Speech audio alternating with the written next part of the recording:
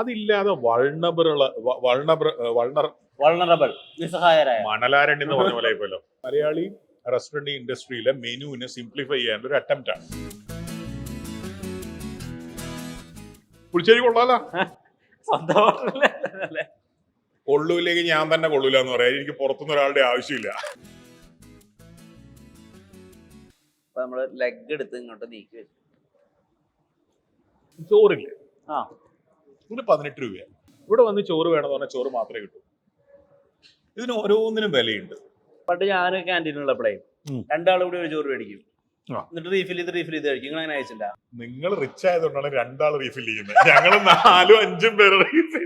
ദാരിദ്ര്യമല്ലേ. ഇപ്പോ ബിരിയാണികൾക്കെതിരെ നേരിടുന്ന പ്രധാനപ്പെട്ട ഒരു ആക്ഷേപം കോഴിമുട്ട വെക്കുന്നില്ല എന്നാണ്. മൃണാള് കോഴിമുട്ട വെക്കുന്നില്ല, കാശ് വന്നാലേ വെക്കുള്ളൂ. അങ്ങനെയൊക്കെ ഉണ്ടോ? പിന്നല്ലാണ്ട് കോഴിമുട്ട മേടിക്കാൻ പൈസ കൊടുക്കണം. എനിക്ക് കോവക്ക ബാക്കിയുണ്ട്. എനിക്ക് ബാക്കിയുണ്ട് സൈഡ് ഡിഷ് കുറച്ച്. പായസം എനിക്ക് എന്നെ പോലെ ആത്മാർത്ഥയില്ലാത്തതുകൊണ്ടാണ്. ഈശ്വര ചിക്കൻ ഫ്രൈ, അതായത് ഇന്ന് വൈകുന്നേരം ഉണ്ടാക്കാനുള്ള ബിരിയാണിയുടെ ചിക്കന് ഇപ്പോഴും ജീവനുണ്ടാവും. ഇല്ല, പാടായിരിക്കും. ഇപ്പൊ 3 മണിയാവാറായി. അപ്പം ഇത് പറഞ്ഞ് ശീലിച്ച് തെറ്റിപ്പോയതാ. അത് കട്ട് ചെയ്തേക്കട്ടെ. വാട്സാപ്പ് വഴി ഇംഗ്ലീഷ് പഠിക്കാൻ ഇംഗ്ലീഷ് കഫേ ഉള്ളപ്പോൾ ഇംഗ്ലീഷ് ഒരു വിഷയമേ അല്ല. English cafe presents you the perfect English. English cafe, we present you the perfect English. WhatsApp now 9633388575. നമ്മളപ്പോ മൂന്നാമത്തെ കാരണത്തിലാ നിന്നത്. ഇയാളത് വിട്ടില്ലേ? ഇല്ല, മനുഷ്യ പുളിശ്ശേരിയും കൂട്ടി ചോറുണ്ണാൻ നേരത്താണ്. എനിക്കത് അറിഞ്ഞേ പറ്റൂ. അതായത് മൂന്നാമത്തെ കാരണം synthetic drugs. How old are you? I'm 28. Okay. എനിക്ക് 41 വയസ്സാണ്. ഞാൻ നേരത്തെ പറഞ്ഞത് ചൈൽഡ് സ്പെഷ്യലിസ്റ്റുകൾ എന്നാണല്ലേ. അതായത് ചൈൽഡ് സ്പെഷ്യലിസ്റ്റുകൾ ഇവിടെ സിന്തറ്റിക് ഡ്രഗുകൾ വിൽക്കുന്നു എന്നല്ല ഞാൻ ഉദ്ദേശിക്കുന്നത്. അതായത് എന്റെ ചെറിയ പ്രായത്തില് പുളിശ്ശേരി ചോറുമായിട്ട് ചൂട് ചോറുമായിട്ട് പുളിശ്ശേരി ഇങ്ങനെ കുഴച്ചു കഴിഞ്ഞാൽ എനിക്ക് കഴിക്കാതിരിക്കാൻ പറ്റൂല.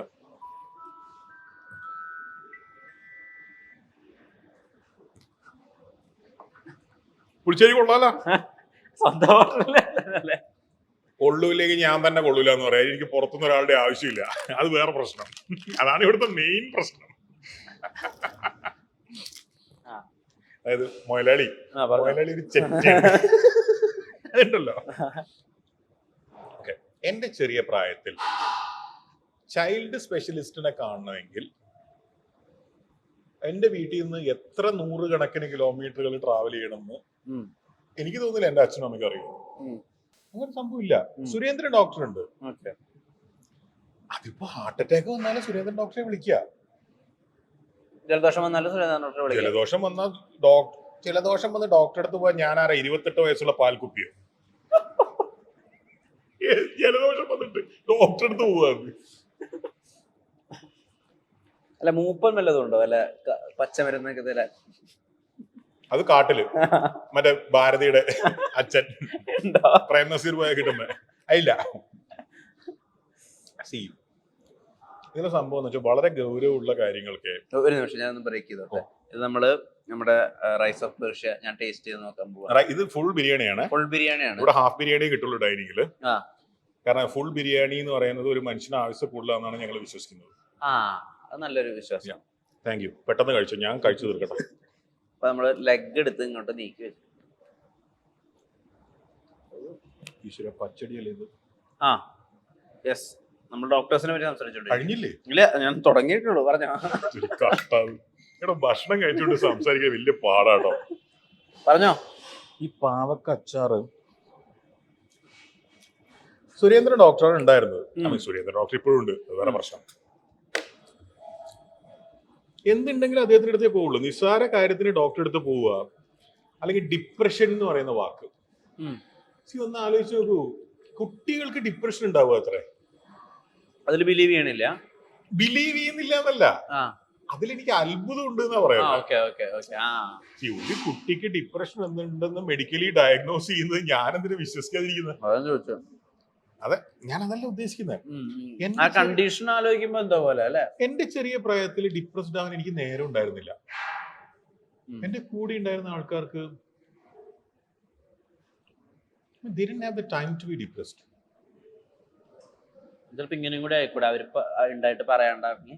ആയിരിക്കാം, പക്ഷെ അങ്ങനത്തെ ഒരാളെ പോലും എനിക്ക് അറിയില്ല. ഉണ്ടാവില്ല എന്നല്ലല്ലോ.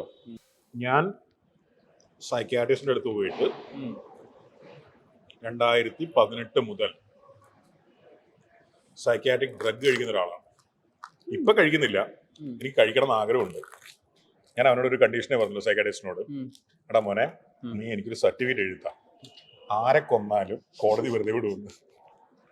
അത് അവൻ എഴുതിരുന്നില്ല. അത് അവൻ തരുമായിരുന്നെങ്കിൽ ഞാൻ ഇപ്പോഴും കഴിച്ചാണ്. ഞാൻ ജോക്സ് അപ്പാർട്ട്, ഞാൻ എന്താ പറയുന്നത് വെച്ച് കഴിഞ്ഞാൽ സൈക്യാട്രി എന്താണെന്നും മനസ്സിന്റെ പ്രശ്നങ്ങൾ എന്താണെന്നും അതെനിക്ക് നേരിട്ട് അനുഭവമുണ്ട്. എന്റെ കണ്ടീഷൻ എന്ന് പറയുന്നത് പുറത്തുള്ളവർക്ക് തമാശയായിരിക്കും, ഞാനത് അനുഭവിക്കുന്നതുകൊണ്ട് എനിക്ക് എന്താണെന്നറിയാം.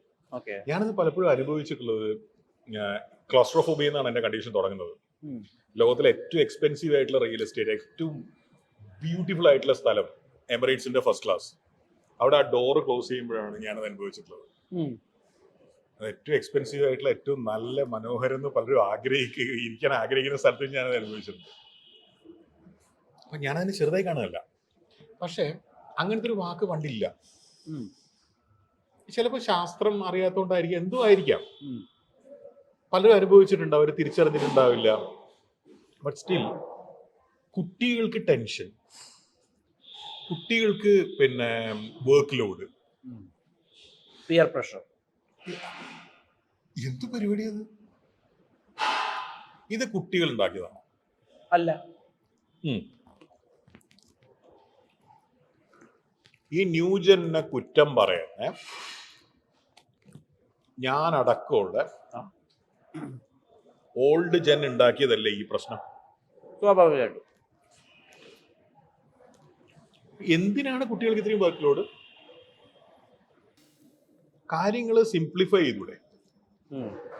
ഈ റെസ്റ്റോറന്റ്, എന്റെ റെസ്റ്റോറന്റ് ഇൻഡസ്ട്രീനെ, മലയാളി റെസ്റ്റോറന്റ് ഇൻഡസ്ട്രിയിലെ മെനുവിനെ സിംപ്ലിഫൈ ചെയ്യാനുള്ള ഒരു അറ്റംപ്റ്റ് ആണ്. ചോറില്ലേ, ഇതിന് 18 രൂപയാണ്. ഇവിടെ വന്ന് ചോറ് വേണമെന്ന് പറഞ്ഞാൽ ചോറ് മാത്രമേ കിട്ടൂ. ഇതിന് ഓരോന്നിനും വിലയുണ്ട്. നിങ്ങളുടെ കയ്യിൽ ഇപ്പോ 50 രൂപയുള്ളൂ. നിങ്ങൾക്ക് എന്ത് ചെയ്യാം? AC റെസ്റ്റോറന്റ്, സാധാരണ ഒരു AC റെസ്റ്റോറന്റിൽ ഇങ്ങനത്തെ ഒരു സ്ഥലത്ത് വന്നു കഴിഞ്ഞാൽ ഒരു 10-200 രൂപയെങ്കിലുള്ള ഭക്ഷണം കഴിക്കാൻ പറ്റും. ചോറ് മേടിക്കാം, സാമ്പാർ മേടിക്കാം, വേറൊരു കറി മേടിക്കാം, 50 രൂപ. നിങ്ങളുടെ കയ്യിൽ 200 രൂപയുണ്ട്, ആർമാദിക്കാം. ചിക്കൻ ഫ്രൈ, ചിക്കൻ കറി, അത് ഇത് പായസം, 10 കറി, 10-15 പുഴുങ്ങിയ മുട്ട ഒക്കെ മേടിച്ചാലും ചിലപ്പോൾ 200 രൂപ രാവിലെ ആയിരിക്കും. അപ്പൊ എനിവേ, നമുക്ക് പോയിന്റിലേക്ക് തിരിച്ചു വന്നത്, സിംപ്ലിഫൈ ചെയ്യാന്ന് പറയുന്ന ഒരു പരിപാടി അല്ല ഇന്ന് എൻ്റെ ജനറേഷൻ, എൻ്റെ കാലത്ത് ലോകത്ത് നടന്നത്. കോംപ്ലിക്കേറ്റഡ് ആക്കുക എന്നുള്ള പരിപാടിയാണ്. അതിന്റെ ദുരിത ഫലം അനുഭവിക്കുന്നത് ഞങ്ങളുടെ കുട്ടികളാണ്. So what was the child specialist role? Right. ചെറിയ പ്രായത്തില് ഞങ്ങൾക്കൊരു പ്രശ്നം ഉണ്ടെങ്കിൽ ഞങ്ങൾ എവിടെ പോയി പറയും? ആദ്യം ഫ്രണ്ട്സിനോട് പറയും, ഫ്രണ്ട്സിന്റെ കയ്യിൽ നിൽക്കുന്ന പാരന്റ്സിനോട് പറയും. ഫ്രണ്ട്സ് ഒരു ഓപ്ഷൻ അല്ല. ഫ്രണ്ട്സ് അവസാനത്തെ ഓപ്ഷനാണ്. ആദ്യം പാരന്റ്സ് ആണ്, അല്ലെങ്കിൽ കുടുംബക്കാരാണ്. അമ്മാവ, അമ്മായി, ഇളയപ്പ, ഇളയമ്മേ, അച്ചച്ച, അമ്മമ്മേ, അച്ഛ, അമ്മേ. ഇങ്ങനത്തെ ഒരു പ്രശ്നമുണ്ട്. അല്ലെങ്കിൽ ടീച്ചറോട് പറയും. ടീച്ചറോടായിരിക്കും ആദ്യം പറയുന്നുണ്ടാവും, എനിക്ക് തോന്നുന്നത്. ഇന്ന് നിങ്ങളെന്താ പറയുന്നത്? കുട്ടികൾ ടീച്ചറെ ആക്രമിക്കുകയാണ്, കുട്ടികൾ അച്ഛനും അമ്മയും ആക്രമിക്കുകയാണ്. ഞങ്ങളുടെ പ്രശ്നത്തിന്റെ സൊല്യൂഷൻ തന്നിരുന്ന ആൾക്കാരാ അവര്. ഈ ഞങ്ങളുടെ പ്രശ്നം എന്ന് പറയുന്നത്, എനിക്ക് 41 വയസ്സേ ആയിട്ടുള്ളൂ. ഞാൻ 2000 കൊല്ലം പഴക്കമുള്ള ആളല്ല. മനസ്സിലായി? അതിൽ നിന്ന് ഇത്ര ഡ്രാസ്റ്റിക് ആയിട്ടുള്ള ഒരു ചേഞ്ച് വന്നത് നാട് മുഴുവൻ ചൈൽഡ് സ്പെഷ്യലിസ്റ്റുകളുടെ ബോർഡുകൾ വന്നതിന് ശേഷമാണെന്ന് എനിക്ക് തോന്നുന്നത്. അതിൽ ചൈൽഡ് സ്പെഷ്യലിസ്റ്റുകൾക്ക് യാതൊരു പങ്കുമില്ല, അതിൽ പാരൻസിനാ പങ്കുള്ളത്. അതായത് 12 മാസമായ കുട്ടി നന്നായി സംസാരിക്കുന്നില്ലെങ്കിൽ ഉടനെ കൊണ്ടുപോവാ ഡോക്ടറെ അടുത്തേക്ക്. Speech therapist. എന്തിന്? അത് പറഞ്ഞോളൂന്നേ. അതിന് കുറച്ച് സമയം കൊടുക്കണോ, പാവല്ലേ, ചെറിയ കുട്ടിയല്ലേ. അത് ഇത്രാമത്തെ മാസത്തിൽ നീന്തണം, ഇത്രാമത്തെ മാസത്തിൽ നിൽക്കണം, ഇത്രാമത്തെ മാസത്തിൽ നടക്കണം. അത് 1 2 അല്ലെങ്കിൽ 3 4 മാസം അങ്ങോട്ടും ഇങ്ങോട്ട് പോവില്ലേ? അതിനെ ഡോക്ടറെ അടുത്ത് കൊണ്ടുപോയിട്ട് അങ്ങ് പ്രഷറൈസ് ചെയ്യാണ്. അതിനെ അത് ചെയ്യാണ്, ഇത് ചെയ്യാണ്. ഫിസിയോതെറാപ്പി വരെ ചെയ്യാൻ മടിയില്ലാത്ത പാരന്റ്സ് ഉണ്ട്. ഇവരാരുടെയും മത്സരിക്കുന്നു. ഇവരുടെ പ്രശ്നം എന്താ? ഞാൻ ഇവരുടെ എന്ന് പറയുന്നത് എന്റെ തലമുറയിൽപ്പെട്ട ആൾക്കാരുടെ കാര്യം പറയാം. മനസ്സിലായി. ഈ ചെറുപ്പത്തില്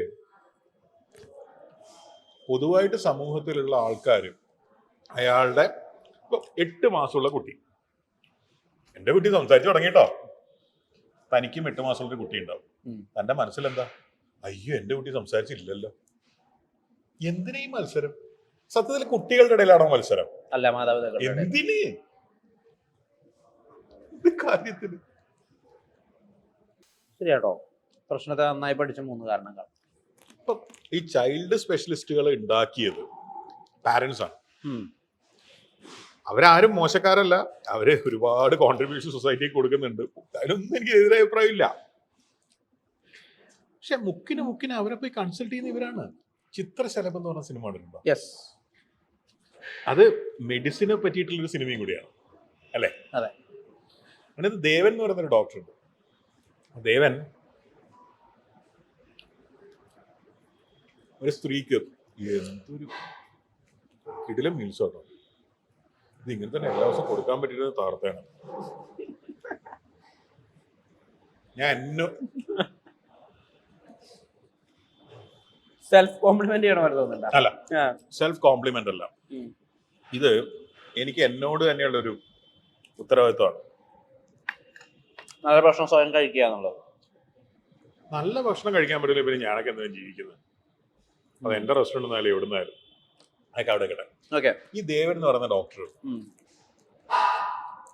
അയാളൊരു സ്ത്രീക്ക് എന്തോ പ്രിസ്ക്രിപ്ഷനോ കാര്യങ്ങളോ ഒക്കെ പറഞ്ഞു കൊടുക്കുമ്പോൾ ജയറാം കയറി വരുന്നു. ജയറാം അല്ല, ബിജു മേനോൻ കയറി വരുന്നുണ്ട്. ജയറാമിനെ ട്രീറ്റ് ചെയ്യുന്ന ഡോക്ടർ. അപ്പൊ ദേവൻ ഈ സ്ത്രീയോട് പറയുന്നതെല്ലാം ഭയങ്കര കുഴപ്പം പിടിച്ച രീതിയിലുള്ള സൊല്യൂഷൻസ് ആണ്. അപ്പൊ ബിജു മേനോൻ ഇങ്ങനെ നോക്കുമ്പോ, നീ നോക്കണ്ടോ, ഇങ്ങനെയൊക്കെ പറഞ്ഞാലേ ഇവിടെ പിടിച്ചിരിക്കാൻ പറ്റുള്ളൂ എന്നുള്ള നിലയ്ക്ക് സംസാരിക്കും. ആ നിലയിലേക്ക് ആ ഡോക്ടറെ കൊണ്ടുപോയത് ആ രോഗിയാണ്. ആ ഡോക്ടർക്ക് താല്പര്യം ഉണ്ടായിട്ട് അത് ചെയ്യുന്നതല്ല. 1-2 കാര്യങ്ങളോട് ചോദിക്കണം. എന്താ ഈ പൊളിറ്റിക്കൽ കറക്റ്റ്നെസ്സിനോട് ഇത്ര വിരോധം?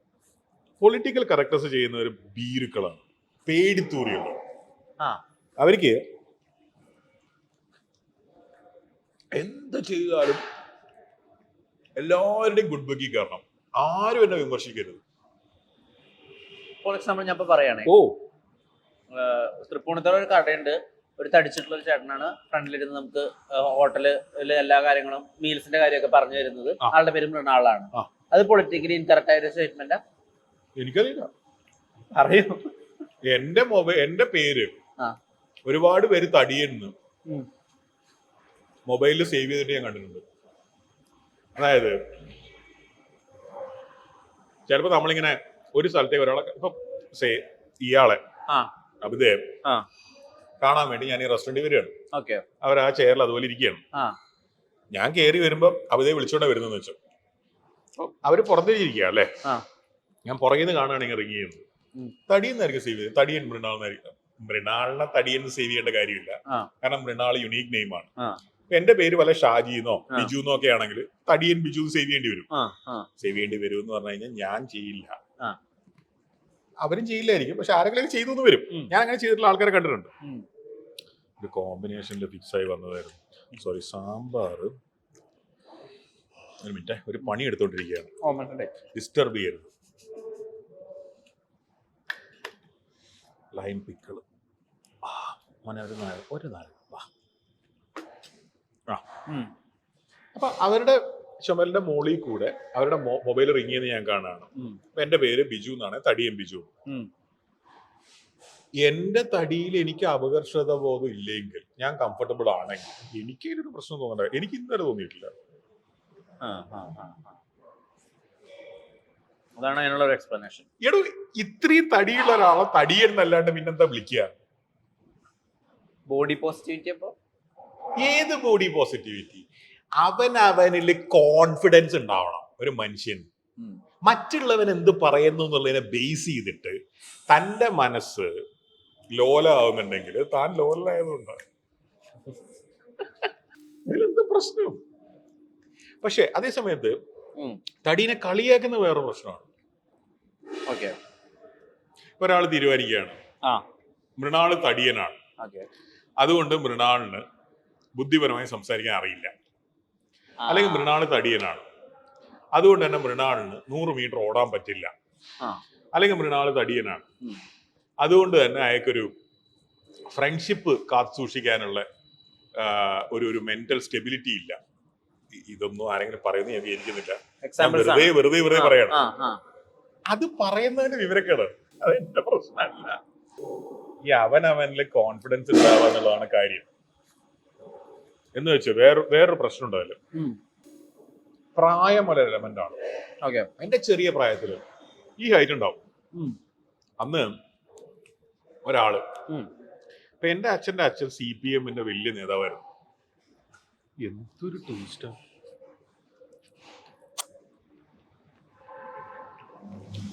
കുറച്ച് സാമ്പാർ, കുറച്ച് തൈര്, കുറച്ച് ലൈം പിക്കിളും. Absolutely fabulous. ഞാൻ അതുപോലെ ഒരു കാര്യം പറയാം. കുറച്ച് റൈസ്, കുറച്ച് റായ്ത്ത, ഒരു പീസ് ചിക്കൻ അതിന്റെ മേലെ, പിന്നെ ഇത് പുതിന ചട്നി അല്ലേ, ഇതും സൂപ്പർ അല്ലേ? ഗോപിയേട്ടൻ എപ്പോഴും പറയും ഒരു കോമ്പിനേഷൻ കണ്ടുപിടിക്കണമെന്ന്. ആ കോമ്പിനേഷൻ എവിടുന്ന് വരും നമുക്ക് പറയാൻ പറ്റില്ല. കാരണം നാളെ ഇതേ കറികൾ റിപ്പീറ്റ് ചെയ്യില്ല. ഇതേ കറികൾ റിപ്പീറ്റ് ചെയ്താൽ തന്നെ ഇതേ വെജിറ്റബിൾ ആയിരിക്കൂല. ഇതൊക്കെ ചോദ്യം മറന്നില്ലേ? ഞാൻ ചോദ്യം മറന്നിട്ടില്ല. മറന്നു. നീ പറ, നീ എന്താ ചോദിച്ചേ? നമ്മൾ പറഞ്ഞോണ്ടിരിക്കുന്നു അതെ, അച്ഛൻ CPIM നേതാവായിരുന്നു. പക്ഷെ എന്താ ഞാൻ പറഞ്ഞോണ്ടിരുന്നത്? എന്താ വിഷയം? പൊളിറ്റിക്കൽ കറക്റ്റ്നെസ് അല്ല, ഒരു പ്രത്യേകതയുണ്ട്. പ്രായം നിനക്ക് ഓർമ്മയില്ല. അവരെ പിരിച്ചു വിടും കൊള്ളുക. നിന്നെ അവരെ പിരിച്ചു വിടുകയാണെങ്കിൽ നിനക്ക് എന്റെ ചാനൽ ജോയിൻ ചെയ്യാം. ഓക്കെ, എടോ ഫ്രീ ഫുഡ് എടോ, എത്ര കിട്ടൂ? ചാനൽ കിട്ടൂ? അതിട്ടില്ല. പിന്നെ സ്നേഹം. നിങ്ങൾ ഈ പണ്ട് ഞാൻ ക്യാൻറ്റീനുള്ളപ്പോഴേ രണ്ടാളും കൂടി ഒരു ചോറ് മേടിക്കും, എന്നിട്ട് റീഫിൽ ചെയ്ത് കഴിക്കും. നിങ്ങൾ അങ്ങനെ അയച്ചില്ല? നിങ്ങൾ റിച്ച് ആയതുകൊണ്ടാണ് 2 ആൾ റീഫിൽ ചെയ്യുന്നത്. ഞങ്ങൾ 4-5 പേരെ റീഫിൽ. ദാരിദ്ര്യമല്ലേ ഇവിടെ റീഫിൽ എന്ന് പറഞ്ഞ. അപ്പൊ അച്ഛൻ CPIM നേതാവായിരുന്നു. അച്ഛന്റെ അച്ഛൻ CPM നേതാവായിരുന്നു. ഈ ബാലസംഘം എന്ന് പറയുന്ന ഒരു സംഘടനയുണ്ട്, കുട്ടികളെ സർഗാത്മകതയൊക്കെ ഉണർത്താൻ വേണ്ടി. അത് സ്ഥാപിച്ചതിൽ പെട്ട ഒരാളാണ്. പണ്ട് ശാസ്ത്ര സാഹിത്യ പരിഷത്ത് എന്ന് പറഞ്ഞ വേറൊരു സംഘടന ഉണ്ടായിരുന്നു. പിന്നെ ഇതൊക്കെ ഞങ്ങളുടെ ചൈൽഡ്ഹുഡിനെ വല്ലാതെ ഹെൽപ്പ് ചെയ്തിട്ടുണ്ട്. നേരത്തെ പറഞ്ഞ പോലെ ഒരാൾക്ക് തടിയുണ്ട്, അല്ലെങ്കിൽ ഒരാൾ മെലിഞ്ഞായിരിക്കുന്നത്, ഉയരം കൂടുതൽ, അല്ലെങ്കിൽ ഒരു 15 വയസ്സായ പെൺകുട്ടിയുടെ ചെറുതാണ്, അല്ലെങ്കിൽ വെള്ളപ്പാണ്ടുണ്ട്, അല്ലെങ്കിൽ ഒരു കരിമ്പാറയുണ്ട്. ഇതൊക്കെ കളിയാക്കുന്ന വിവരമില്ലാത്ത ബുദ്ധിയില്ലാത്ത യൂസ്ലെസ് ഉണ്ടല്ലോ. Basically they are useless people. അവരവരുടെ ജീവിതത്തിൽ തോൽവി ആയതുകൊണ്ടാണ് അവർ കളിയാക്കുന്നത്. അത് തിരിച്ചറിയാൻ എനിക്ക് പറ്റുന്നതുകൊണ്ടാണ് എന്നെ തടിയാന്ന് വിളിക്കുമ്പോൾ എനിക്ക് പ്രശ്നമില്ലാത്തത്. എന്നെ ഒരാൾ തടിയാന്ന് വിളിക്കുമ്പോൾ ഞാൻ ആലോചിക്കുന്നത് എന്ത് തോൽവിയാണ്. ഞാൻ പുറത്ത് കാണിക്കില്ല, അത് ആബ്സല്യൂട്ട് തോൽവി. എന്റെ മനസ്സിൽ റിമൈൻഡർ ഇടും, ആ ചെക്കൻ അവൻ എന്റെ ജീവിതത്തിന്റെ പരിസരത്ത് ഇനി വരരുത്. തോൽവിയാണ്, അതുകൊണ്ടാണ് അങ്ങനെ വിളിക്കുന്നത്. എന്റെ മുഖത്ത് നോക്കി തടിയാന്ന് കഴിഞ്ഞ ഒരു 10-15 വർഷത്തിനിടയിൽ ആരും വിളിച്ചിട്ടില്ല. കാരണം വിളിക്കാനുള്ള അവസരം ഞാനിങ്ങനെ നോക്കിക്കഴിഞ്ഞാല് വിളിക്കാൻ പറ്റണ്ടേ. അത് പോട്ടെ, നമ്മുടെ കോൺഫിഡൻസ് ആണ് എല്ലാം. അതാണ് ഞാൻ പറയുന്നത്. ഈ നോട്ടത്തിലുള്ള കോൺഫിഡൻസ് ആണ് എല്ലാം. പക്ഷെ ഈ ഹൈറ്റുള്ള 7 വയസ്സുള്ള ഒരു കുട്ടിക്ക് ആ കോൺഫിഡൻസ് ഉണ്ടാക്കി കൊടുക്കാൻ പറ്റുന്ന ബാലസംഘം, ശാസ്ത്ര സാഹിത്യ പരിഷത്ത്, ഇതൊന്നും ഈ പറയുന്ന പോലെ ഇന്ന് ആക്റ്റീവ് അല്ല. അല്ല അല്ല അല്ല ഉം?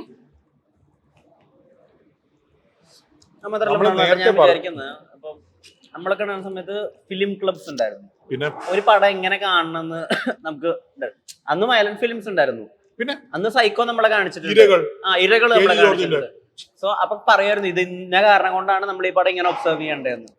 എന്താ വേണ്ടേ? വേണ്ട, ആ. ഞാൻ ചമ്മന്തി കഴിച്ചോളാം. ഓക്കെ. എന്റെ അടുത്ത് എടുത്തു നാളെ കംപ്ലൈന്റ് പറയാനല്ലേ? പോകാൻ പറ്റൂലോ. അല്ല, ഞാൻ എന്താ പറയുന്നത് വെച്ച് കഴിഞ്ഞാൽ സെൽഫ് കോൺഫിഡൻസ് നമ്മൾ ആർജിക്കേണ്ടതാണ്. അതില്ലാതെ വൾണറബിൾ നിസ്സഹായരായ മണലാരണ്യം എന്ന് പറഞ്ഞ പോലെ ആയിപ്പോലോ. ഓക്കെ, നിസ്സഹായരായിരിക്കുന്ന അവസ്ഥയിൽ നമ്മൾ പലപ്പോഴും എത്തിപ്പെടാം. അത് ഏത് പ്രായത്തിലും എത്തിപ്പെടാം, ഏത് അവസ്ഥയിലും എത്തിപ്പെടാം. പക്ഷെ കുട്ടികൾ കൂടുതൽ അങ്ങനെ ആയിരിക്കും. അവരോടാണ് അങ്ങനെ പറയുന്നതെങ്കിൽ, പണ്ടുണ്ടായിരുന്നൊരു പ്രൊട്ടക്റ്റീവ് സിസ്റ്റം ഉണ്ട്. ടീച്ചർ, അമ്മായി, ആ ചേച്ചി, ഈ ചേട്ടൻ, അമ്മമ്മ, അച്ഛൻ, വായനശാല, ക്ലബ്ബ്, ഫുട്ബോള്, നീന്തൽ, ചിലപ്പോൾ അമ്പലക്കുളത്തിൽ നീന്താൻ പോകുന്നുണ്ടാവും, അല്ലെങ്കിൽ ഇത് സ്വിമ്മിംഗ് പൂളാണല്ലോ. അങ്ങനത്തെ ആ ഒരു പ്രൊട്ടക്റ്റീവ് ലെയർ പോയിട്ട് എന്നെയാണ് ഇങ്ങനെ വിളിച്ചു എന്നിങ്ങനെ പറയാൻ പറ്റുന്ന ഒരു സ്ഥലം അവർക്കില്ല. അവരത് ഹേർട്ട് ചെയ്യും. അങ്ങനത്തെ ഇഷ്യൂസ് ഉണ്ട്. അതുപോലെ തന്നെ ഈ നിസ്സഹായാവസ്ഥയിൽ ഇരിക്കുന്ന ഒരുപാട് അവസ്ഥയിലുള്ള ആൾക്കാരുണ്ടാവും. അവരെ ഹേർട്ട് ചെയ്തിരിക്കാം. പക്ഷെ ഇതിൽ നിന്ന് പുറത്തു വരാൻ ഒറ്റ വഴിയുള്ളൂ. അത് ഈ പൊളിറ്റിക്കൽ കറക്റ്റ്നസ് ലോകം മുഴുവൻ ഉണ്ടാക്കുക എന്നുള്ളതല്ല അതിന്റെ ഉത്തരം. നമ്മൾ സെൽഫ് കോൺഫിഡൻസ് ഉണ്ടാക്കുക എന്നുള്ളതാണ്. നിങ്ങൾ എന്തിനാണ് ലോകം മുഴുവനുള്ള ആൾക്കാരെ നന്നാക്കാൻ പോകുന്നത്? ഈ ലോകത്തുള്ള 800 കോടി ആൾക്കാരെ അല്ലെങ്കിൽ 700 ചില്ലറ കോടി ആൾക്കാരെ പൊളിറ്റിക്കലി കറക്റ്റ് ആക്കാൻ നിങ്ങൾക്ക് പറ്റുമോ? നിങ്ങൾ എന്തിനാ ഇതിന്റെ പുറകെ പോകുന്നത്? It's stupidity. ബുദ്ധിജീവികളാണ് പൊളിറ്റിക്കൽ കറക്റ്റ്നസിന്റെ പുറകെ പോകുന്നതെന്നാണ് പറയപ്പെടുന്നത്. ബുദ്ധി ഇല്ലാത്ത ജീവികളാണെന്ന് എനിക്ക് പറയാം. ഇത് അത്രേ ഉള്ളൂ. നേരത്തെ ഞാൻ പറഞ്ഞില്ലേ, ചന്ദ്രനെ നോക്കി കുരക്കും ഊളന്മാര്. ചന്ദ്രൻ എന്തിനാ തിരിച്ചു വരയ്ക്കുന്നത്? നമ്മൾ നമ്മുടെ പണിക്ക് പോയാൽ മതി. പക്ഷെ അതിന് ചന്ദ്രന് കോൺഫിഡൻസ് വേണം. ഞാൻ ചെയ്യുന്ന പണി ഇതിലും മഹത്തരാണ്. അത് ചിലപ്പോ ഈ വൾണറബിൾ ആയിട്ടുള്ള ആൾക്കാർക്ക് ഉണ്ടാവില്ല. അതുണ്ടായി കൊടുത്താണ്. ഇപ്പോ ബിരിയാണികൾക്കെതിരെ നേരിടുന്ന പ്രധാനപ്പെട്ട ഒരു ആക്ഷേപം കോഴിമുട്ട വെക്കുന്നില്ല എന്നാണ്. മൃണാൾ അതിനെതിരെ മൃണാള് കോഴിമുട്ട വെക്കുന്നില്ല, കാശ് വന്നാലേ വെക്കുള്ളൂ. അങ്ങനെയൊക്കെ ഉണ്ടോ? പിന്നല്ലാണ്ട് കോഴിമുട്ട മേടിക്കാൻ പൈസ കൊടുക്കണം. നേരത്തെ പറഞ്ഞ ആത്മാർത്ഥത, പാഷൻ, മറ്റേ സാധനം, അത് കോഴിമുട്ട കിട്ടൂല. അപ്പൊ ബിരിയാണി വിത്ത് കോഴിമുട്ട, വിത്തൗട്ട് കോഴിമുട്ട അങ്ങനെയൊക്കെ ഉണ്ടോ? ബിരിയാണി വിത്തൗട്ട് കോഴിമുട്ടയെ ഉള്ളൂ. കാശ് തന്ന കോഴിമുട്ട തരും. ഇവിടെ 120 രൂപ തന്നു കഴിഞ്ഞാല് ഏകദേശം 500 ഗ്രാമോളം റൈസും ഒരു 110 ഗ്രാമോളമുള്ള ചിക്കൻ പീസും ഉള്ള ബിരിയാണി കിട്ടും. ബെസ്റ്റ് കൈമ റൈസിൽ, ഫ്രഷ് ചിക്കനിൽ, അതായത് ഇന്ന് വൈകുന്നേരം ഉണ്ടാക്കാനുള്ള ബിരിയാണിയുടെ ചിക്കന് ഇപ്പോഴും ജീവനുണ്ടാവും.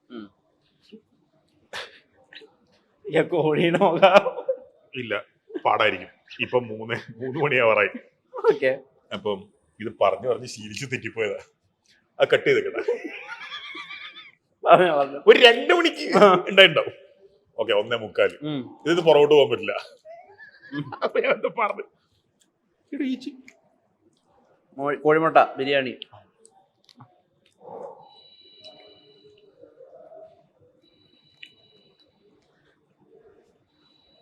മീൽസ് ഉണ്ടാകുന്ന ഷെഫ് രാജീവ് എറണാകുളംകാരനാണ്. അപ്പൊ എന്റെ അമ്മയും എന്റെ ഭാര്യയുടെ അമ്മയാണ് ഈ റെസിപ്പിയുടെ ഒക്കെ പുറകിലുള്ളത്. ഇത് ഞാൻ കഴിച്ചപ്പോണ്ടല്ലോ, ഈ ചിക്കൻ കഴിച്ചപ്പോണ്ടല്ലോ,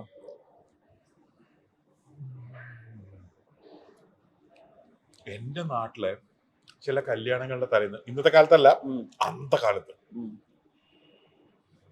നിങ്ങളുടെ ചെറുപ്പകാലത്ത്, അത് കുറെ വർഷങ്ങൾക്ക് മുമ്പ്, ഞാനും ചെയ്യുന്ന പോലെ 10-12 കൊല്ലത്തെ വ്യത്യാസമേ ഉള്ളൂ. എന്നാലും ഉണ്ടല്ലോ എടാ, മനസ്സുകൊണ്ട് ഞാൻ വെറും 16 പ്രായപൂർത്തിയായിട്ടില്ല. എല്ലാവർക്കും തോന്നേണ്ടത്. ഞാൻ ഈ മനസ്സും വെച്ചൊരു ബാറിൽ പോയാൽ എനിക്ക് കള്ള് കിട്ടൂല. 18 വയസ്സായില്ല, 21 എന്തോ ആവണ്ടേ, എന്തോ കിട്ടൂല. അമ്മേനെ ഓർമ്മ വരുന്നുണ്ടല്ലേ പല പല. ഞാൻ എല്ലാ ദിവസവും വേറെ കാരണമൊന്നുമില്ല എനിക്ക് അമ്മേനെ ഓർമ്മിക്കാൻ. അമ്മയെ ഓർമ്മിക്കാൻ മാതൃദിനം, അച്ഛനെ ഓർമ്മിക്കാൻ പിതൃദിനം, മക്കളെ ഓർമ്മിക്കാൻ വേറൊരു ദിനം. അല്ലല്ല, ഫുഡ് ടേസ്റ്റ് ചെയ്തപ്പോ അങ്ങനെ ഓർമ്മിച്ചു. എന്റെ അമ്മേനെ അച്ഛനെ എനിക്ക് ഏറ്റവും കൂടുതൽ എത്രയും ഓർമ്മ വരും, എപ്പോഴും ഓർമ്മ വരുമെന്ന് അറിയാം. ഞാൻ എന്തെങ്കിലും തോന്നിയ ദിവസം ചെയ്യുമ്പോ, ഞാൻ റോഡിൽ ഒരു ബസ് ഡ്രൈവറെ ചീത്ത വിളിക്കുമ്പോ, ഒരു ബസ് ഡ്രൈവറെ അല്ല ഞാൻ അടുത്ത കാലത്തൊന്നും വിളിച്ചിട്ടില്ല, അപ്പൊ ഞാൻ വിളിക്കും ദൈവമേ ബാക്കിൽ അച്ഛനമ്മയുണ്ട്. അവരെ ഓർമ്മിക്കാൻ എനിക്ക് ഒരുപാട് കാരണങ്ങളുണ്ട്. നമ്മളിപ്പോ സാധാരണ ബിരിയാണിയിലൊന്നേ ഇത്രയധികം സൈഡ് ഡിഷ് ഉണ്ടാവില്ലല്ലോ. ഒരു ചമ്മന്തി, ഒരു അച്ചാറ്, ഒരു പുതിന ചമ്മന്തി, ഒരു പുഴുങ്ങിയ മുട്ട, റായ്ത്ത, പിന്നെ പായസം. അതെന്താ ഇതിന്റെ തീരെ എന്ന് വെച്ച് കഴിഞ്ഞാൽ 105 രൂപയാണ് ബിരിയാണി. നിങ്ങളുടെ കയ്യിൽ 105 രൂപ മാത്രമേ ഉള്ളൂ എങ്കിലും ഓഫ് കോഴ്സ് GST എക്സ്ട്രാ ആണ്. അത് നിർമ്മല മാഡം മേടിക്കുന്നതാണ്, ഞങ്ങൾക്കൊന്നും ചെയ്യാൻ പറ്റില്ല. അതൊന്നിരിക്കണേ. അല്ല അങ്ങനെ ഒരു നിജസ്ഥിതിയാണല്ലോ. ഇവിടെ ഇരിക്കുന്നില്ലേ, ഇവിടെ എന്താ ഇരിക്കുന്നത്? എന്താ പാകിസ്ഥാൻ പട്ടാളം വന്ന് കൊണ്ടുപോകാത്ത എന്താ? ബോർഡറിൽ പ്രൊട്ടക്ട് ചെയ്യാൻ ആൾക്കാരുണ്ട്. അതെങ്ങനെ ഫണ്ട് ചെയ്യണം? ലെഫ്റ്റിസ്റ്റ് മറ്റേ സാധനം ഇവൻ ആള് ശരിയല്ലാട്ടാ. ഞാനൊരു അഖണ്ഡ ഭാരതത്തിൽ ഞാനുണ്ട്. അഖണ്ഡ ഭാരതത്തിൽ ഞാനില്ല. ഞാൻ ബോർഡേഴ്സിൽ വിശ്വസിക്കുന്നില്ല, പാസ്പോർട്ടിൽ വിശ്വസിക്കുന്നില്ല. വസുദൈവ കുടുംബകം. ലോകം മുഴുവൻ ട്രാവൽ ചെയ്യാൻ പറ്റണം, ലോകം മുഴുവൻ എവിടെയും പോയി യാത്ര ചെയ്യാൻ പറ്റണം, എവിടെയും ജോലി ചെയ്യാൻ പറ്റണം, എവിടെയുള്ള ആരെയും കല്യാണം കഴിക്കാൻ പറ്റണം, എവിടെയുള്ള ആരെയും പ്രേമിക്കാൻ പറ്റണം. അവിടേക്ക് കൂടി സ്പഷ്ടത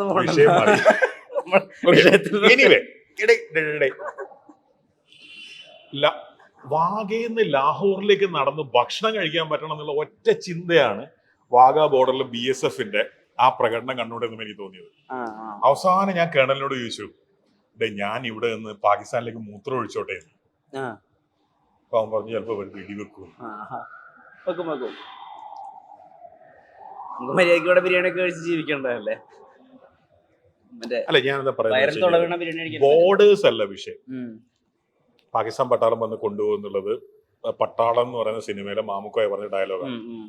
ഇന്ത്യ എന്ന് പറയുന്ന രാജ്യം റൺ ചെയ്യണമെങ്കിൽ ടാക്സ് വേണം. അത് അവര് പിരിക്കണം. അവർ ഗംഭീരമായിട്ട് ചെയ്യുന്നുണ്ട്. അവര് ഈ മറ്റേ ഒരു ടിപ്പിക്കൽ BJP-കാരനെ പറയുന്ന പോലെ ഒന്നിനും കൊള്ളാത്ത മറ്റേ എഡ്യൂക്കേഷൻ ഇല്ലാത്ത അങ്ങനെ പറയരുത്. അവരെവിടെയാ പഠിച്ചതെന്നും അവരെവിടുന്ന വന്നതെന്നും ആലോചിക്കണം. അവരുടെ ഭർത്താവ് ആരാന്നും ആലോചിക്കണം. That's very important. They are living together. ഭർത്താവിന്റെ കൂടെയാണ് അവർ ജീവിക്കുന്നത്. ഈ ഭർത്താവാണ് BJP ഗവൺമെന്റ് ഏറ്റവും വലിയ ക്രിട്ടിക്ക്. അങ്ങനെയാണ് അവർ ജീവിക്കുന്നത്. അത് ബൗദ്ധികമായിട്ടുള്ള വലിയ തലമാണ്. എന്ന് വെച്ച് ഞാൻ അവരെ ന്യായീകരിക്കാന്ന് വിചാരിക്കരുത്. GST വാങ്ങിക്കണം, ടാക്സ് വാങ്ങിക്കണം, എന്നാലും ഈ രാജ്യങ്ങൾ നിലനിൽക്കുള്ളൂ. റോഡ് പണിയുണ്ട്, ടോള് മേടിക്കുന്നുണ്ട്, അത് വേറെ പ്രശ്നം. വേണം, അത് വേണം. അപ്പൊ GST എന്ന് പറയുന്നത് കൊടുക്കേണ്ടത് നമ്മുടെ പണിയാണ്. ഞാനെന്താ പറഞ്ഞുകൊണ്ടത്, 105 രൂപ അതിന്റെ മുകളിലാണ് GST. ഇത്രയും നല്ല കൈമ അരി മേടിച്ചിട്ട് എനിക്ക് അതിന്റെ കൂടെ നിങ്ങൾക്ക് ഫ്രീ ആയിട്ട് അല്ലെങ്കിൽ ചിക്കനും മേടിച്ച് നെയ്യും വാങ്ങിച്ച് നെയ്യിൽ മാത്രം ബിരിയാണി ഉണ്ടാക്കി ഒരു പായസം അല്ലെങ്കിൽ ഒരു പപ്പടം, ഒരു പുതിന ചമ്മന്തി, ഒരു അച്ചാറ്, ലൈം പിക്കിൾ ഫ്രീ ആണ്, റൈത്തയും ഫ്രീ ആണ്, ബാക്കിയൊക്കെ കൂടെ തരേണ്ടെന്ന് ആഗ്രഹമില്ലാത്തതുകൊണ്ടല്ല തരാത്തത്. പറ്റൂല, മുതലാവില്ല, വീട് വെക്കേണ്ടി വരും. എപ്പോഴും ഇങ്ങനെ അച്ചീവ് ചെയ്തോണ്ടിരിക്കുകയാണല്ലോ ഇൻ ടേംസ് ഓഫ് അയാളുടെ ക്രിയേറ്റീവ് ആയിട്ടായാലും അല്ലാണ്ടും. എപ്പോഴെങ്കിലും അദ്ദേഹത്തിനോട് ഇങ്ങനെ ഒരു ഭയങ്കര അഡോറേഷൻ തോന്നിയിട്ടുണ്ടോ? ഭയങ്കര ഒരു ഇയാൾ എന്തൊരു ജീനിയസ് ആണ്, രണ്ട് വികാരങ്ങളാ തോന്നിയിട്ടുള്ളത്. ഒന്ന് സെക്കൻഡേ,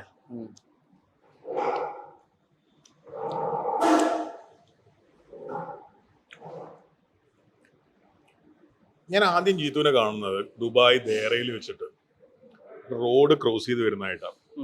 നമ്മുടെ ബിനുവിന്റെ കാറിൽ നിന്ന് ഇറങ്ങിയിട്ട് ദൃശ്യം ഇറങ്ങിയ ഉടനെയാണ്, ഉടനെ എന്ന് പറഞ്ഞാൽ ഏതാനും മാസങ്ങൾക്കുള്ളിൽ ഞങ്ങൾ ഒരുമിച്ചിരുന്ന് ഭക്ഷണം കഴിക്കുകയാണ്. ഇയാള് സാധാരണ ഒരു മനുഷ്യനെ പോലെ സംസാരിക്കുന്നു. ഇതിനു മുമ്പ് ജീവിതത്തിൽ കണ്ടിട്ടില്ല. സാധാരണ ഒരു മനുഷ്യനെ പോലെ എന്ന് പറഞ്ഞു കഴിഞ്ഞാല് നമ്മള് റോഡിലോ എവിടെയെങ്കിലും ഒരാൾ ഒരു വിമാനത്തിലോ അല്ലെങ്കിൽ ഒരു ബസ്സിലോ ഒരു ബസ് സ്റ്റാൻഡിലോ അല്ലെങ്കിൽ മറൈൻ ഡ്രൈവിലോ ഒക്കെ ഒരു സാധാരണ ഒരു അപരിചിതനെ കണ്ടാൽ എങ്ങനെ അയാൾ പെരുമാറുമോ ഒരു ടിപ്പിക്കൽ മനുഷ്യൻ. ഈ ദൃശ്യം എന്ന് പറഞ്ഞ ഇന്ന് കാണുന്ന പോലെ അല്ല. ഇന്നും ദൃശ്യം ഭയങ്കര ഭീകരമാണ്. മലയാളത്തിൽ ഏറ്റവും സക്സസ്ഫുൾ ആയിട്ടുള്ള സിനിമയാണ് ദൃശ്യം. അതിൽ കളക്ട് ചെയ്തിട്ടുണ്ടാവും. പക്ഷെ അത് അന്നത്തെ പോയിന്റ് ഓഫ് വ്യൂല് കാണണം. ദൃശ്യത്തിന് ബ്രേക്ക് ചെയ്യാൻ ഒന്നിനും പറ്റൂല. അങ്ങനെയാണ് ദൃശ്യം. ദുബായില് ഞാൻ എല്ലാ സിനിമയും ഇംഗ്ലണ്ടിൽ ജീവിച്ചിരുന്ന കാലത്തും അല്ലെങ്കിൽ UAE ജീവിച്ചിരുന്ന കാലത്തും കൊച്ചിയിൽ ജീവിക്കും എല്ലാ സിനിമയും കാണാൻ ഇഷ്ടപ്പെടുന്ന ആളാണ്. ഞാൻ റിവ്യൂ നോക്കിയിട്ട് ആ സിനിമ കാണണ്ടാവും അങ്ങനെയൊന്നും വിചാരിച്ചിട്ടില്ല. എല്ലാ സിനിമയും ഞാൻ കാണും. എനിക്ക് ആദ്യമായിട്ട് ദുബായിൽ ടിക്കറ്റ് കിട്ടാതെ പോയ സിനിമ ദൃശ്യമാണ്. ദുബായിയുടെ തൊട്ടിപ്പുറത്ത് അബുദാബി ഉണ്ട്, ടിക്കറ്റ് ഇല്ല. അപ്പുറത്ത് ഷാർജ, ടിക്കറ്റ് ഇല്ല. അജ്മാൻ, ടിക്കറ്റ് ഇല്ല. ഉമ്മുൽ ഖുവൈൻ തിയേറ്റർ ഉണ്ടോ പോലും എനിക്കറിയില്ല. റാസൽ ഖൈമയെ പോയിട്ടാ കണ്ടേ. അതും എന്റെ ഭാര്യ എന്നോട് ചോദിച്ചു അതായത് അന്ന് വോക്സ് സിനിമാസ് ആണ്. വോക്സ് സിനിമാസ് ഒരു 3, 4, 5 ദിവസത്തേക്കൊക്കെ ഇത് ഓപ്പൺ ചെയ്തിട്ടില്ലേ? അതിന്റെ ഉള്ളിലെങ്കിൽ ഒരു ടിക്കറ്റ് ഉണ്ടോ? ഇല്ല. റാസൽ ഖൈമയെ പോയിട്ടാ കണ്ടേ. റാസൽ ഖൈമയെ പോയിട്ട് ഞാൻ ദൃശ്യം കാണുമ്പോ ഞാൻ ആലോചിച്ചിരുന്നു ഇതെന്ത് പരിപാടിയാണ് ഇതെന്ത്. അതിന് മുമ്പ് അങ്ങനെ സിനിമ ഇല്ല. അതിന് ശേഷം ഉണ്ടായിട്ടുണ്ടോന്നും എനിക്കറിയില്ല. അതിനുശേഷം എല്ലാ സിനിമയും ഞാൻ ദുബായിൽ തന്നെ കണ്ടിട്ടില്ല. എനിക്ക് അങ്ങനെ എവിടെയും പോകേണ്ടി. ദുബായിൽ നിന്ന് ഞാനൊരു 3 കൊല്ലം മുമ്പ് താമസം കൊച്ചിയിലേക്ക് മാറ്റി. പക്ഷെ ഞാൻ പറയണം, ഇയാൾ ഇവിടെ ഇരുന്നിട്ട് നമ്മള് ഭക്ഷണം കഴിക്കുന്ന പോലെ മീനും എല്ലാം ആസ്വദിച്ച് കഴിച്ച് വളരെ സാധാരണ പോലെ വർത്താനം പറഞ്ഞ് ഇയാള് കുറച്ച് കഴിഞ്ഞ് പോയടോ. എന്റെ മനസ്സിൽ ഒറ്റ ചോദ്യം ഉണ്ടായിരുന്നുള്ളൂ. ഈ ദൃശ്യം എന്ന് പറയുന്ന മലയാള സിനിമ കണ്ട അല്ലെങ്കിൽ ഇന്ത്യയിൽ നിന്ന് ഇത്രയും ആൾക്കാർ സംസാരിക്കുന്ന, അറബികളടക്കം സംസാരിക്കുന്ന അല്ലെങ്കിൽ ചൈനക്കാരടക്കം സംസാരിക്കുന്ന സിനിമ ഉണ്ടാക്കിയത് അയാളാണോ ഞാനാണോ? നമ്മൾ ഈ സംസാരിക്കുന്ന എനിക്ക് ഇത് നടക്കുന്നത് 2015 മറ്റോ ആയിരിക്കണം. കൊല്ലം കൃതി 13 ദൃശ്യം ഇറങ്ങുന്നത് 14 അപ്പൊ 14 13 അല്ല. അപ്പൊ 13 14 ആയിരിക്കണം ഇത്. ഞാൻ ആരെങ്കിലും ആണോ? അല്ല. എന്നെ അയാള് ബഹുമാനിക്കേണ്ട കാര്യമുണ്ടോ? എന്നെ മുൻപരിചയുണ്ടോ? ഇല്ല. അതാണ് ജീത്തുവിനെ പറ്റി എനിക്ക് അന്നും ഇന്നും തോന്നിയിട്ടുള്ള വികാരം. ഇന്നലെ രാവിലെ ആ മനുഷ്യൻ ഇവിടുന്ന് കോയമ്പത്തൂരിന്ന് കാരക്കുടിയിലേക്ക്, പൊള്ളാച്ചിയിൽ നിന്ന് കാരക്കുടിയിലേക്ക് ഷിഫ്റ്റ് ചെയ്യാണ് അവരുടെ പുതിയ പടത്തിന്റെ ഷൂട്ടിങ്.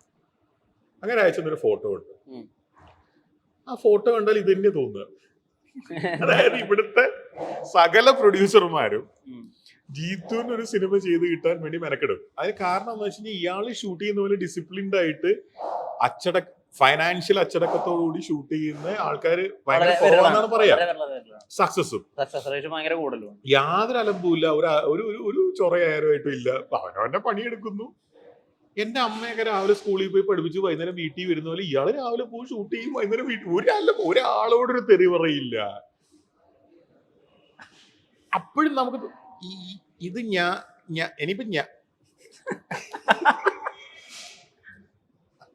അതായത് ആദ്യം കണ്ട ദിവസം മുതൽ ഇന്നലെ വരെയുള്ള, ഇന്നലെ എന്ന് പറഞ്ഞാൽ ഇന്ന് ഞാൻ ജിത്തിനോട് സംസാരിച്ചല്ലോ, രാവിലെ തന്നെ നീ വന്നല്ല. ഇതാണ് വികാരം. അത് ഒരു വികാരം. രണ്ടാമത്തെ ജീത്തുവിനെ പറ്റിയുള്ള വികാരം എന്താ പറയാ, ഇയാളെ പോലെ ഹാർഡ് വർക്ക് ചെയ്യുന്ന ഒരാൾ.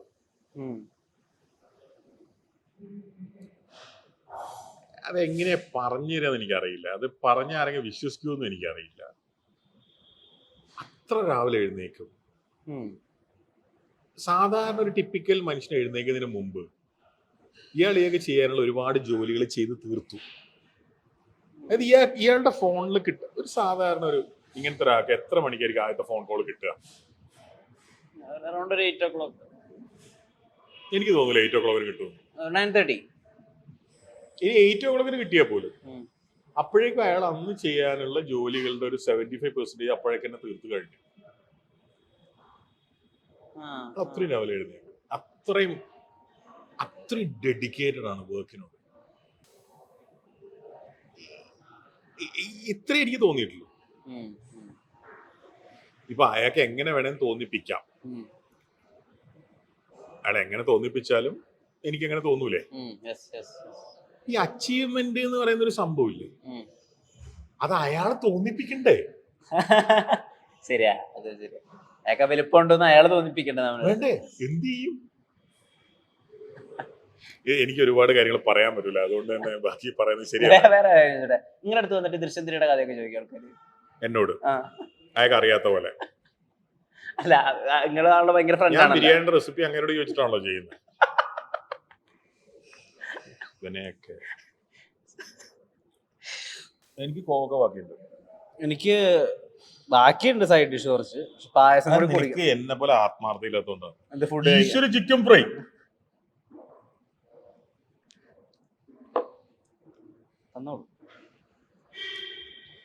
ഇതും മറ്റേ വൈഫ് അമ്മ റെസിപ്പിയാ? ചിക്കൻ ഫ്രൈ അല്ല,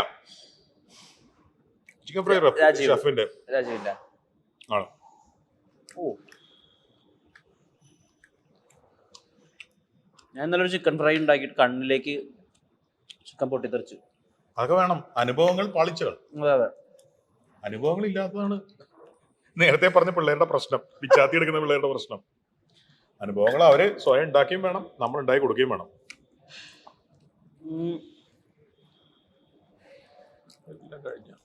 ഞാനതില് എന്റെ ഗൂഗിളിലെ അത് നമ്മളൊരു സുഹൃത്ത് ബന്ധത്തിന്റെ പുറത്ത്, അല്ല ഇത്ര നേരമായിട്ടുണ്ടായ എന്റെ ബന്ധത്തിന്റെ പുറത്ത് നല്ലത് എഴുതിയാലോ എന്ന് വിചാരിച്ചിരുന്നു. ജനുവിനിൽ ഇപ്പൊ നല്ലത് എഴുതാം. ഗൂഗിളിൽ ഗൂഗിൾ മാപ്പില് ഗൂഗിൾ റേറ്റ് ചെയ്യാലോ.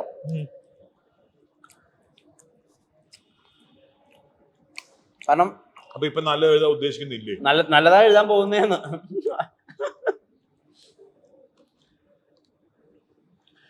എനിക്ക്